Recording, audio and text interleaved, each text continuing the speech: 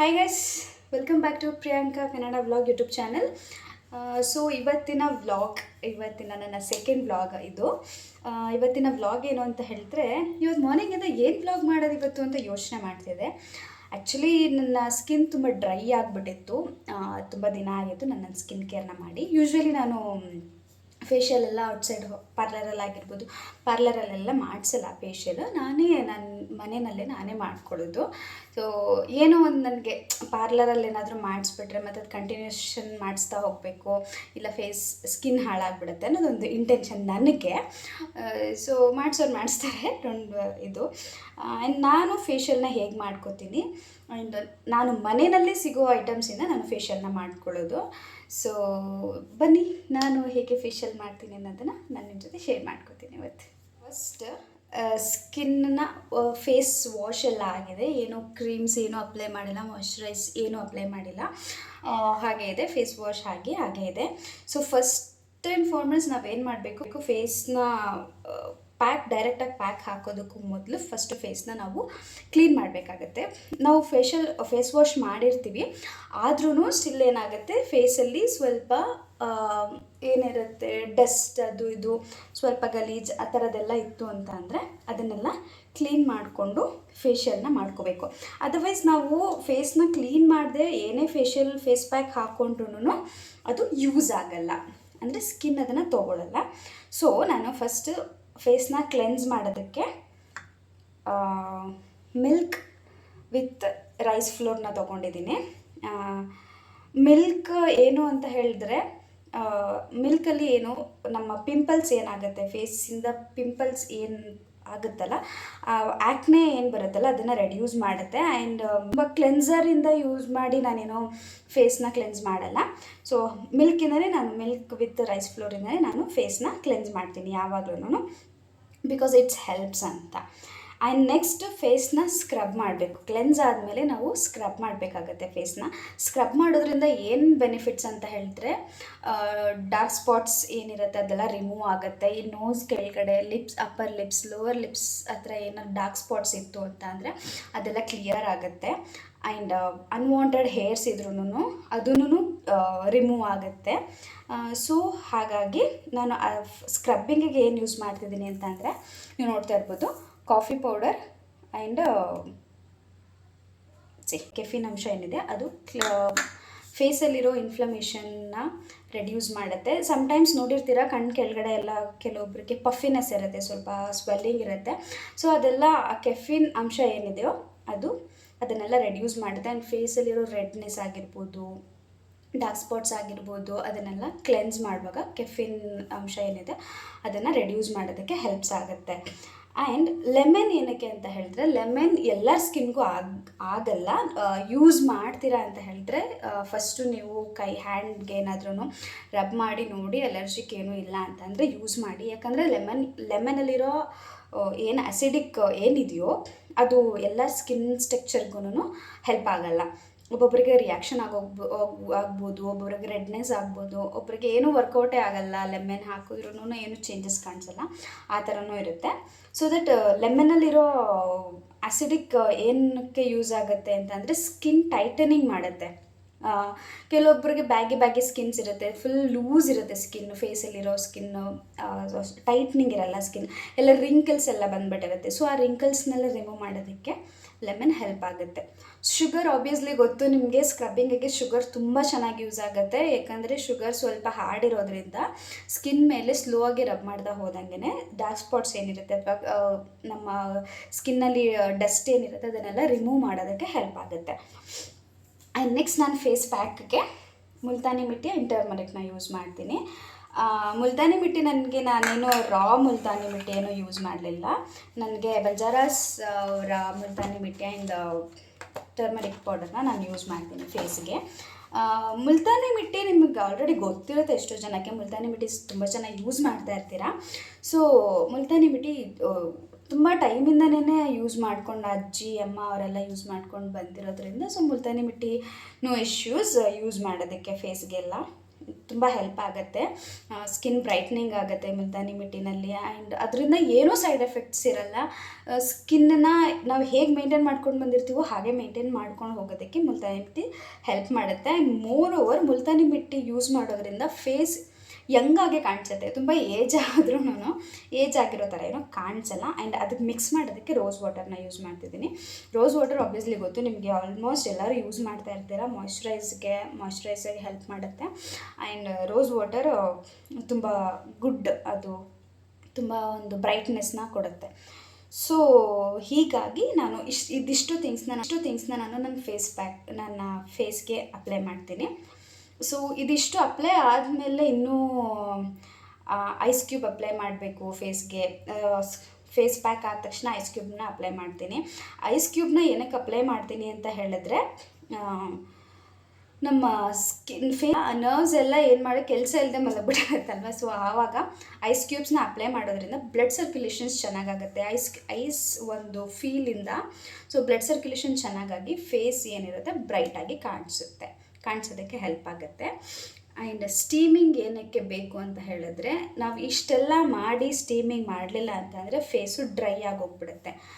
So ಹಾಗಾಗಿ ಸ್ಟೀಮಿಂಗ್ನ ತೊಗೋಬೇಕು. And cleanse ಕೂಡ ಆಗುತ್ತೆ ಸ್ಟೀಮಿಂಗಿಂದ. ಆ್ಯಂಡ್ ಇನ್ನೊಂದು, ಇಲ್ಲಿ ಹಣೆ ಒಳಗಡೆ ನೋಸ್ ಏನಾದರೂ ಬ್ಲಾಕ್ ಆಗಿದ್ದಾಗ ಯೂಶ್ವಲಿ ಸ್ಟೀಮ್ ತೊಗೊಳ್ತೀವಿ ನಾವು ಯೂಶ್ವಲಿ. ಸೊ ಏನಾದರೂ ಕಫ ಕಟ್ಕೊಂಡಿರೋದಿತ್ತು, ಏನಾದ್ರೂ ಐಸ್ ಏನಾದ್ರೂ ಸ್ವಲ್ಪ ನೀರು ಬರ್ತಾ ಇದೆ ಕಣ್ಣಲ್ಲಿ ಕಂಟಿನ್ಯೂಸ್ ಆಗಿ ಅಂತ ಇರುವಾಗ ಸ್ಟೀಮಿಂಗ್ನ ತೊಗೊಂಡ್ರೆ ಸೊ ಬೆಟರ್, ಇಟ್ಸ್ ಹೆಲ್ಪ್ಸ್ ಅಂತ ಹೇಳ್ತೀನಿ. So this is today's my vlog. ಬನ್ನಿ ಫೇಸ್ ಪ್ಯಾಕ್ ಮಾಡ್ಕೊಳ್ಳೋಣ. ಸೊ ಹೇಗೆ ಅಪ್ಲೈ ಮಾಡಬೇಕು ಅನ್ನೋದನ್ನು ತೋರಿಸ್ಕೊಡ್ತೀನಿ. ಸೊ ಇದು ಪೇಸ್ಟ್ ರೆಡಿಯಾಗಿದೆ, milk with rice flour sorry. Rice flour ಈ ತುಂಬ ಜನಕ್ಕೆ ಈ ಫೇಸಲ್ಲೆಲ್ಲ ಪಿಗ್ಮೆಂಟೇಷನ್ಸ್ ಎಲ್ಲ ಇರುತ್ತಲ್ಲ, ಅದನ್ನು ರಿಮೂವ್ ಮಾಡೋದಕ್ಕೂ ಹೆಲ್ಪ್ ಆಗುತ್ತೆ. ಪಿಗ್ಮೆಂಟೇಷನ್ ಅಂದರೆ ಇಲ್ಲೆಲ್ಲ ಒಂಥರ ಮಚ್ಚೆ ಥರ ಬಂದಿರುತ್ತಲ್ವ, ಅದೆಲ್ಲ ಅದೆಲ್ಲ ರಿಮೂವ್ ಮಾಡೋದಕ್ಕೆ, ಬಂಗು ರಿಮೂವ್ ಮಾಡೋದಕ್ಕೆ ಹೆಲ್ಪ್ ಆಗುತ್ತೆ. ತುಂಬ ಜನ ಆ್ಯಕ್ಚುಲಿ ನನ್ನ ಫ್ಯಾಮಿಲಿ ರಿಲೇಟಿವ್ಸ್ ಎಲ್ಲ ಕೇಳಿದರು ಏನು ಮಾಡೋದು ಅಂತ. ಅವ್ರಿಗೆಲ್ಲ ನಾನು ಜಸ್ಟ್ ಪೊಟೆಟೊ ಹಾಕಿ ಹೋಗುತ್ತೆ ಇಲ್ಲ, ಪೊಟೆಟೊ ಹಾಕಿದ್ರೂ ಆ್ಯಕ್ಚುಲಿ ಪೊಟೆಟೊ ಆಲ್ಸೋ ಹೆಲ್ಪ್ಸ್ ಬಂಗು ರಿಮೂವ್ ಮಾಡೋದಕ್ಕೆ. ಬಟ್ ರೈಸ್ ಫ್ಲೋರ್ ಏನಿರುತ್ತೆ ಆ ಪಿಗ್ಮೆಂಟೇಷನ್ನ ರೆಡ್ಯೂಸ್ ಮಾಡೋದಕ್ಕೆ ಅಂತಲೇ ರೈಸ್ ಫ್ಲೋರ್ ತುಂಬ ಹೆಲ್ಪ್ ಮಾಡುತ್ತೆ. ರೈಸ್ ಫ್ಲೋರ್ ಸ್ವಲ್ಪ ಹಾರ್ಡ್ ಇರೋದ್ರಿಂದ ನೀವು ಸ್ವಲ್ಪ ನೋಡಿಕೊಂಡು ಮಸಾಜ್ ಮಾಡಬೇಕಾಗತ್ತೆ ಫೇಸ್ಗೆ. ಜೆಂಟಲಾಗಿ ಮಸಾಜ್ ಮಾಡಬೇಕು. ಸೊ ಹೀಗೆ ಜೆಂಟಲಾಗಿ ಮಸಾಜ್ ಮಾಡಬೇಕು. 2 to 3 minutes ಮಸಾಜ್ ಮಾಡಿದ್ರೆ ಸಾಕಾಗತ್ತೆ. ಯಾವಾಗಲೂ ನೆನ್ಪಿಟ್ಕೋಬೇಕು, ಮಸಾಜ್ ಮಾಡುವಾಗ ಯಾವಾಗಲೂ ಸರ್ಕ್ಯುಲರ್ ಟೈಪಲ್ಲೇ ಮಸಾಜ್ ಮಾಡಬೇಕು. ಆ್ಯಂಡ್ ಫೇಸ್ ನಮಗೆ ಯಾವ ಥರ ಸ್ಟ್ರಕ್ಚರ್ ಬೇಕೋ ಆ ಥರ ಸ್ಟ್ರಕ್ಚರಲ್ಲಿ ಮಸಾಜ್ ಮಾಡ್ಕೋಬೇಕು. ಓಕೆ, ಸೊ 2 minutes ಬಿಟ್ಟು ವಾಶ್ ಮಾಡ್ಕೊಂಡು ಬಂದಿದ್ದೀನಿ ಫೇಸ್. ಆ್ಯಂಡ್ ಇನ್ನೊಂದು ಗೈಸ್, ಫೇಸ್ಗೆ ನೀವು ಯಾವುದೇ ಥರ ಲೈಕ್ ಹೇರ್ಗೆ ಅಥವಾ ಬಾಡಿಗೆ ಯೂಸ್ ಮಾಡುವಂಥ ಟವಲ್ಸ್ನ ಯೂಸ್ ಮಾಡಬೇಡಿ. ಬಿಕಾಸ್ ಫೇಸ್ ಸ್ಕಿನ್ನೇ ಸ್ಟ್ರಕ್ಚರೇ ಬೇರೆ ಇರುತ್ತೆ, ಬಾಡಿ ಸ್ಟ್ರಕ್ಚರ್ದು ಸ್ಕಿನ್ನೇ ಬೇರೆ ಇರುತ್ತೆ, ಟೋನ್ ಚೇಂಜ್ ಇರುತ್ತೆ.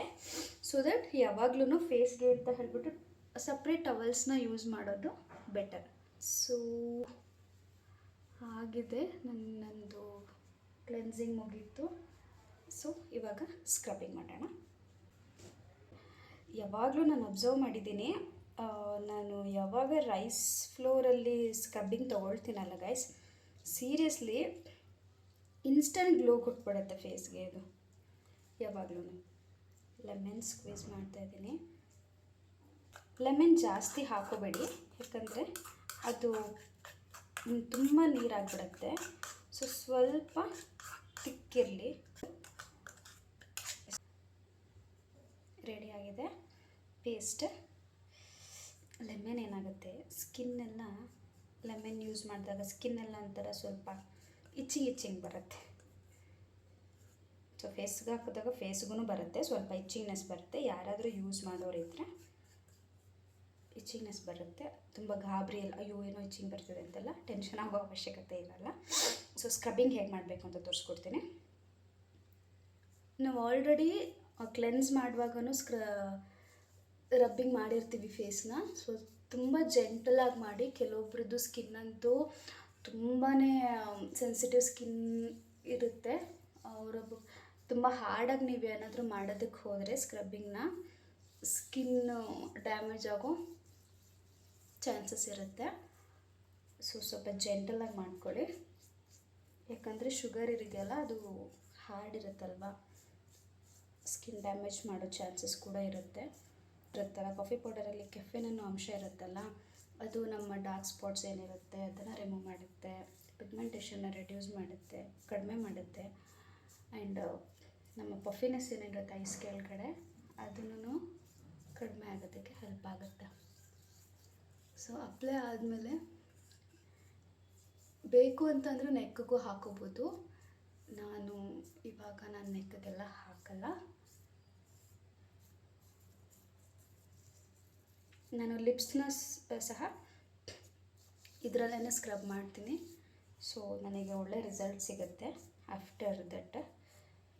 ಸೊ ಹೀಗೆ ಅಪ್ಲೈ ಮಾಡಿಬಿಟ್ಟು ಕ್ಲೀನಾಗಿ ಮಾಡಬೇಕು. ಜೆಂಟಲಾಗಿ ಮಾಡಿ. ಬಿಫೋರ್ ನಾವು ಕ್ಲೆನ್ಸಿಂಗಿಗೂ ಕ್ಲೆನ್ಸಿಂಗ್ ಮಾಡುವಾಗೂ ಫೇಸ್ನ ರಬ್ ಮಾಡಿರ್ತೀವಿ. ಸ್ಕಿನ್ ಡ್ಯಾಮೇಜ್ ಆಗದೆ ಇರೋ ಥರ ನೋಡ್ಕೊಳ್ಳಿ. ಇಲ್ಲೆಲ್ಲ ಸ್ವಲ್ಪ ಟ್ಯಾನ್ ಆಗಿರುತ್ತೆ. ಸೊ ಸ್ವಲ್ಪ ಜಾಸ್ತಿ ಸ್ಕ್ರಬ್ ಮಾಡಿ. ಕಾಫಿ ಪೌಡರಿಂದ ಟ್ಯಾನ್ ಕೂಡ ರಿಮೂವ್ ಮಾಡ್ಬೋದು. ಟ್ಯಾನ್ ಕೂಡ ಕ್ಲೀನಾಗಿ ರಿಮೂವ್ ಆಗುತ್ತೆ. ನಾನು ಯಾವುದೇ ರೀತಿ ಟ್ಯಾನ್ ರಿಮೂವಲ್ನ ಯೂಸ್ ಮಾಡಲ್ಲ. ಸೊ ನಾನೇನಾದರೂ ಬಿಸಿಲಿಗೆ ಹೋಗ್ಬಿಟ್ಟು ಬಂದಿದ್ದೀನಿ, ಫೇಸ್ ಏನಾದರೂ ಟ್ಯಾನ್ ಆಗಿದೆ, ಸನ್ಸ್ಕ್ರೀನ್ ಹಾಕಿಲ್ಲ ಅಂತ ಇದ್ದಾಗ ಫಸ್ಟು ಹಾಲಲ್ಲಿ ಕ್ಲೆನ್ಸ್ ಮಾಡಿಬಿಟ್ಟು ಕಾಫಿ ಪೌಡರಲ್ಲಿ ಸ್ಕ್ರಬ್ ಮಾಡಿಬಿಡ್ತೀನಿ. ಸೊ ಏನು ಟ್ಯಾನ್ ಆಗಿರುತ್ತೋ ಅದು ಅವತ್ತೇ ಕ್ಲಿಯರ್ ಆಗುತ್ತೆ. ಸೊ ಅಂಡರ್ ಐ ಮಾಡಬೇಕಾದ್ರೆ ಸ್ವಲ್ಪ ಜೆಂಟಲಾಗಿ ಮಾಡಿ. ಸ್ಕಿನ್ ಇರುತ್ತಲ್ಲ ಡ್ಯಾಮೇಜ್ ಆಗೋ ಚಾನ್ಸಸ್ ತುಂಬಾ ಇರುತ್ತೆ. ನಾನೇ ಸ್ಟಾರ್ಟಿಂಗ್ ಮಾಡಬೇಕಾದ್ರೆ ಸ್ಕಿನ್ ಡ್ಯಾಮೇಜ್ ಮಾಡ್ಕೊಬಿಟ್ಟಿದೆ. ವೈಟ್ ಹೆಡ್ಸ್ ಬ್ಲ್ಯಾಕ್ ಹೆಡ್ಸ್ ಇದ್ರೂ ರಿಮೂವ್ ಆಗುತ್ತೆ. ಕಾಫಿ ಪೌಡರಿಂದ ಲಿಪ್ಸ್ನ ಸ್ಕ್ರಬ್ ಮಾಡೋದ್ರಿಂದ ಇದು ಡೆಡ್ ಸ್ಕಿನ್ ಏನಿರುತ್ತೆ ಅದೆಲ್ಲ ಕ್ಲಿಯರ್ ಆಗುತ್ತೆ. ಸೊ ಓಕೆ, ಸ್ಕ್ರಬ್ಬಿಂಗ್ ಮುಗೀತು. 2 ಮಿನಿಟ್ಸ್ ಬಿಟ್ಟು ವಾಶ್ ಮಾಡ್ಕೊಂಡು ಬರ್ತೀನಿ. ವಾಶ್ ಆಯಿತು.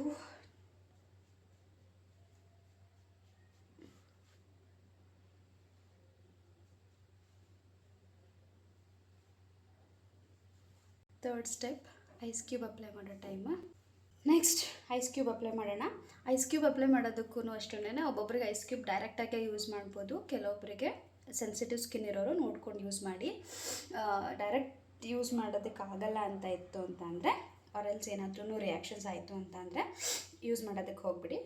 ಒಂದು ಕಾಟನ್ ಬಟ್ಟೆನಲ್ಲಿ ಐಸ್ ಕ್ಯೂಬ್ನ ಹಾಕಿ ಅದರಿಂದ ಮಸಾಜ್ ತೊಗೊಳ್ಳಿ. ಡೈರೆಕ್ಟ್ ಯೂಸ್ ಮಾಡೋದಕ್ಕೆ ಆಗಲ್ಲ ಅಂದರೆ, ಇಲ್ಲ ನನ್ನ ಸ್ಕಿನ್ ತೊಗೊಳುತ್ತೆ ಡೈರೆಕ್ಟಾಗಿ ಯೂಸ್ ಮಾಡ್ಬೋದು ಅಂತ ಹೇಳಿದ್ರೆ ಡೈರೆಕ್ಟಾಗಿ ಯೂಸ್ ಮಾಡಿ.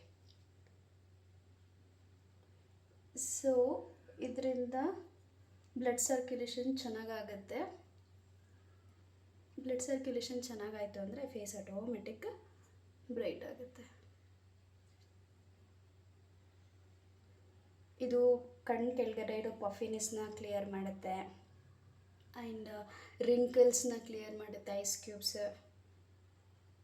ಕೂಲ್ ಸೆನ್ಸೇಷನ್ನ ಕೊಡುತ್ತಲ್ಲ. ಸೊ ಬ್ಲಡ್ ಸರ್ಕ್ಯುಲೇಷನ್ ಚೆನ್ನಾಗೇ ಆಗುತ್ತೆ. ಮಿನಿಟ್ಸ್ ಬಿಟ್ಟು ವಾಶ್.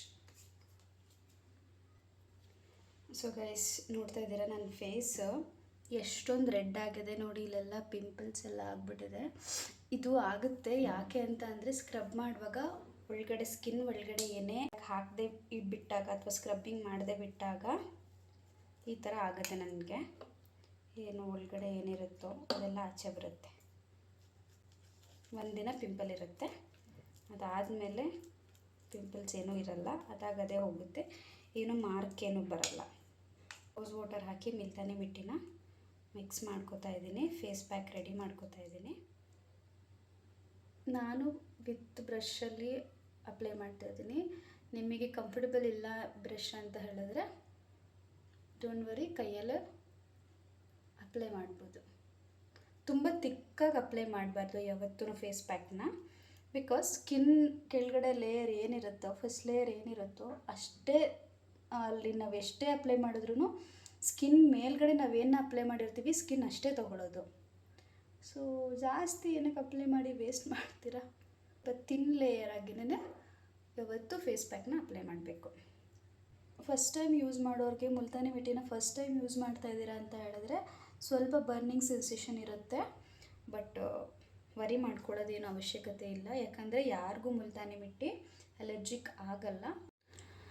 ಸೊ ಅಪ್ಲೈ ಮಾಡಿ ಆಗಿದೆ, ಬೇಕು ಅಂದರೆ ನಿಮ್ಮ ನೆಕ್ಗೆಲ್ಲ ಹಾಕೋಬೋದು. ಮುಲ್ತಾನಿ ಮಿಟ್ಟಿ ಬ್ರೈಟ್ನೆಸ್ನ ಕೊಡುತ್ತೆ, ಏನೂ ಪ್ರಾಬ್ಲಮ್ ಆಗಲ್ಲ. ನಾನು ತುಂಬ ಜನಕ್ಕೆ ಅಡ್ವೈಸ್ ಮಾಡಿದ್ದೀನಿ ಮುಲ್ತಾನಿ ಮಿಟ್ಟಿ ಯೂಸ್ ಮಾಡಿ, ನಿಮ್ಮ ಫ್ರೆಂಡ್ಸ್ಗೆಲ್ಲ ಅವ್ರಿಗೆಲ್ಲ ಯೂಸ್ ಮಾಡಿರ್ತಾರೆ. ಸೊ ರಿಸಲ್ಟ್ ಸಿಕ್ಕಿದೆ ಆ್ಯಕ್ಚುಲಿ, ಏನೂ ಪ್ರಾಬ್ಲಮ್ ಆಗಲ್ಲ ಮುಲ್ತಾನಿ ಮಿಟ್ಟಿ. ಸೊ ಹೀಗೆ ಅಪ್ಲೈ ಮಾಡಿದ್ದೀನಿ. ಇದನ್ನು 15 ಮಿನಿಟ್ಸ್ ಬಿಟ್ಟು ಇದನ್ನು ವಾಶ್ ಮಾಡಬೇಕು. ನೋಡ್ತಾ ಇದ್ದೀರಾ ಗೈಸ್, ಇಷ್ಟು ಕಂಪ್ಲೀಟಾಗಿ ಡ್ರೈ ಆಗಬೇಕು. ಆಫ್ಟರ್ ವಾಶ್ ಇವಾಗ ಈ ಥರ ಕಾಣಿಸ್ತಿದೆ. ಗೈಸ್ ಫೈನಲಿ ಮುಗೀತು. ಈಗ ಸ್ಟೀಮ್ ತೊಗೊಳ್ಳೋ ಟೈಮ್. ಸ್ಟೀಮ್ಗೆಲ್ಲ ರೆಡಿ ಮಾಡಿ ಇಟ್ಕೊಂಡಿದ್ದೀನಿ. ಸೊ ಇದರಲ್ಲಿ ಹಾಟ್ ವಾಟರ್ ಇದೆ. ಇವಾಗ ಸ್ಟೀಮ್ ತೊಗೋಬೇಕು. ಸ್ಟೀಮ್ ನೀವು ಹೇಗೆ ತೊಗೋತೀರಾ ಮಾಮೂಲಿ ಕವರ್ ಮಾಡಿಕೊಂಡು ಹಾಗೆ ತೊಗೊಳ್ಳೋದು, ಅದರಲ್ಲಿ ಏನೂ ಡಿಫ್ರೆನ್ಸ್ ಇಲ್ಲ. ಸೊ ಹಾಗೆ ಸ್ಟೀಮ್ ತೊಗೊಳ್ಳಿ. ಸೊ ಆವಾಗ ಫೇಸ್ ಟೈಟನಿಂಗ್ ಆಗುತ್ತೆ. ಸೊ ಬೆನಿಫಿಟ್ಸ್ ಇರುತ್ತೆ, ಗ್ಲೋ ಆಗಿ ಕಾಣಿಸುತ್ತೆ ಫೇಸ್. ಸೊ ತೊಗೋಬೋದು. ಸೊ ಗೈಸ್ ಸ್ಟೀಮಿಂಗ್ ಆಯಿತು. ನೋಡ್ತಿದ್ರೆ ನನ್ನ ಫೇಸೆಲ್ಲ ಸ್ವೆಟ್ಟಾಗಿ. ಸೊ ಇದನ್ನು ಹೀಗೆ ಒಂದು 5 ಮಿನಿಟ್ಸ್ ಅದಾಗದೇ ಡ್ರೈ ಆಗೋದಕ್ಕೆ ಬಿಡಬೇಕು. ಆಫ್ಟರ್ ದಟ್ ಸ್ವಲ್ಪ ಮಾಯ್ಶ್ಚರೈಸರ್ ಏನು ಅಪ್ಲೈ ಮಾಡ್ತೀರಾ, ಮಾಯ್ಶ್ಚರೈಸರ್, ರೋಸ್ ವಾಟರ್ ಏನಾದರೂ ಅಪ್ಲೈ ಮಾಡ್ಬೋದು ಅಷ್ಟೇ. ಸೊ ಇದು ಇವತ್ತಿನ ನನ್ನ ವ್ಲಾಗ್. ಐ ಹೋಪ್ ಎಲ್ರಿಗೂ ಇಷ್ಟ ಆಗುತ್ತೆ ಆ್ಯಂಡ್ ಮೋರ್ ಯೂಸ್ಫುಲ್ ಆಗುತ್ತೆ ಅಂತ. Thank you.